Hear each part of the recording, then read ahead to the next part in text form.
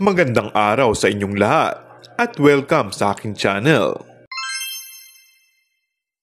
Nakabase nga sa Bangkok, Thailand, ang pinapagawaan ng kinukuhaan ni Kim Chiu ng mga ibinebenta niyang bag sa House of Little Bunny.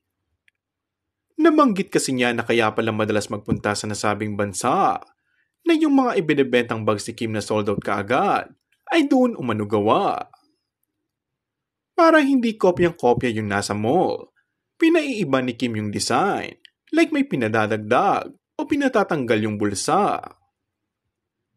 Say nga ng maraming ang gumagawa ng ganun, tapos dadalhin sa atin sa Pilipinas, tapos sila na ang distributor, halos lahat ginagawa ang ganun.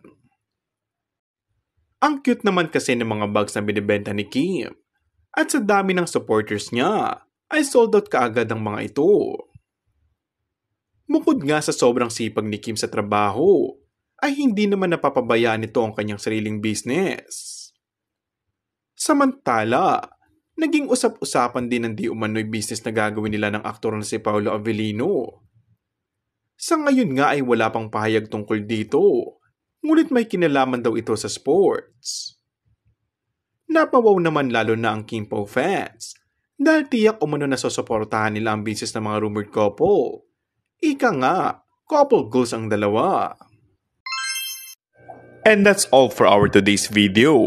Kung bago ka lang sa aking channel ay mag-subscribe at pindutin na rin ang notification bell. Maraming salamat!